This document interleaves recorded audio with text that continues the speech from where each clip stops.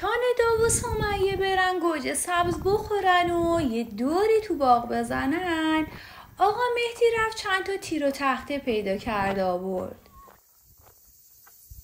آقا مهدی چی درست میکنی؟ تابلوی ورود ممنوعه؟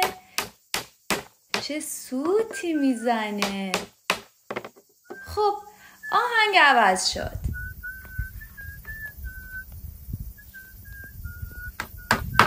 ندا رفته بالا درخت و سمیه نمیتونه. سمیه میگه به پا دختر خوشگل نیفتی تو از اون بالا. ندا میگه از این بالا تمام گوجه سبزا رو میکنم من. سمیه لب و لوچش خیس و هی میگه بیا پایین از اون بالا. Neda doldurdu eteğin bir de ne koymadı gala. Acından öldüm ay kız koca sabzi tez getir vala. 2 nefer 10 kilo yediler koca sabzi koymadı gala. Ağa Mehdi gele göre bu oyunu verip siz ağacın amma başına. Her روزا bir ağaç gelir goar zizi nahardan ta akşama.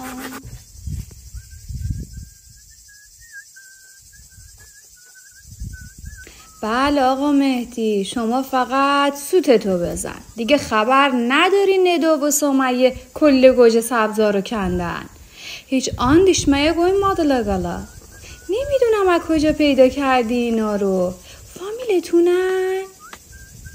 هوی با تو اما شیطون نکنه. ای آره؟ بگو دیگه مهدی، به خدا به کسی نمیگم. بگو آفرین. فکر نکن حواسم نیستا، میبینم گاهن زیر چشمی به دختر نگاه میکنی.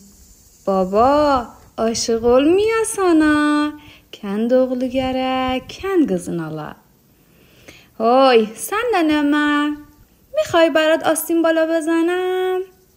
اصلا بذار ترکی حرف بزنم بیننده هم متوجه نشن. Elə fışdırıq çalmağı bilirsən də 60 yaşın var tayların oğul toy elək. Deyəsən güldü Mehdi xan. Mehdi xana istədik arvadalaq. Bəy gələ gəlin gələ qurban aparaq. Qazanlar ocaq üstə su coşlanır. Her qatır yük üstə odun aparaq. اوی خستم کردی به خدا. بریم نتیجه کار رو ببینیم. راستی من خودم رو معرفی نکردم. من یه جن هستم.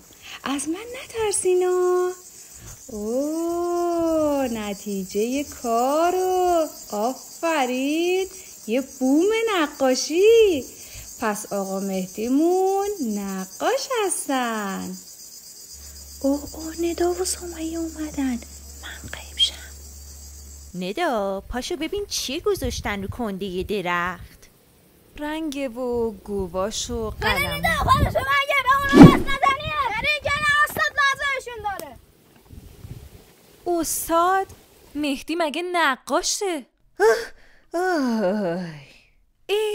مادر بزرگ از هوش رفت. چرا لگد پرت میکنید؟ دیدی ندا 4 تا گوجه سبز خوردیم آبرومونو پیش مردم بردن. آره واسمون شعر خوندن و گذاشتن تو نت. رفتیم برندق یه راهنمای دیگه پیدا کنیم. آره